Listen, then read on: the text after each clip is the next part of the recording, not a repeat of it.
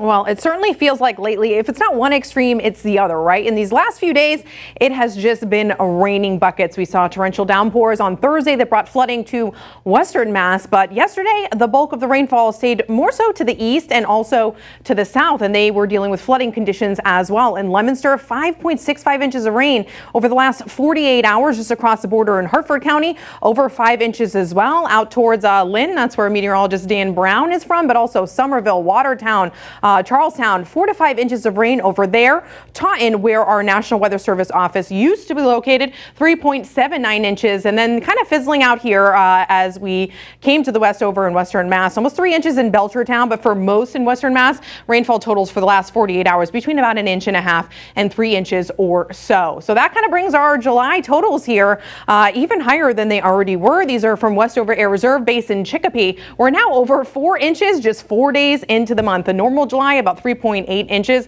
So we're just adding more money to the bank, so to speak. And in fact, most of the upcoming week looks a bit unsettled. Several shots for more precipitation on the way. Today, we're only going to tack on trace amounts to maybe another 1/10 of an inch. So thankfully, today, the fourth forecast looking both drier and milder. Taking you through that on FUTURECAST. You see the clouds kind of dominate today. Spotty shower chances on and off. So you might be dodging raindrops for your outdoor plans, but certainly not a washout. Certainly nothing like we've been dealing with over the course of the last few days. You also see FUTURECAST picking up on some pops of sun here, something we haven't seen since we saw kind of those hot days near 100 degrees last in the middle part of the week. So heading towards the evening as we get closer to fireworks, it does look like we dry out even more, looking promising for star-sprinkled Springfield happening down along the waterfront.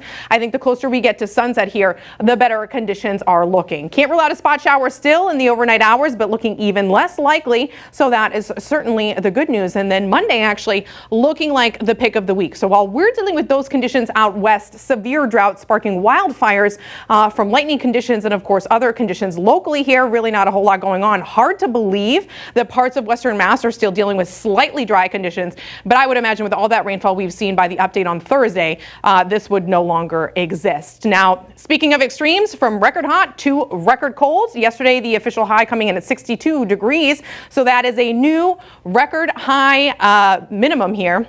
Rather, and you know, as mentioned, pretty crazy to believe, right? 97 to 62. So we're talking about an over 30-degree jump. Highs for today along the coastline in the 60s, inland a little bit warmer in the 70s at least. So some improvements. You know, it's not the best day, but it is certainly better than the conditions we've had these last few days. Heading into the evening, sunset at 8:29, fireworks down on the riverfront at 9:30, and it does look like we are mostly cloudy, but also mostly dry with just a light breeze here, kind of non-existent wind, and temperatures eventually bottoming out in the 50s, but in the 60s throughout the course of the fireworks. Now tomorrow, if you are still off for the holiday weekend, things are looking even better. 70s to near 80 degrees, mix of sun and clouds, and it does look mostly dry start to finish, but a warm front is going to lift to the north, and with that, here come the tropical conditions back, starting really overnight Monday into Tuesday, but lingering through the end of the week. So it's going to get warm again, it's going to get muggy again, it's going to feel like summer again, and with that, of course, we do have the potential for some unsettled weather. Thunderstorm potential in the afternoon and evening on Tuesday and Wednesday with the passing of a cold front,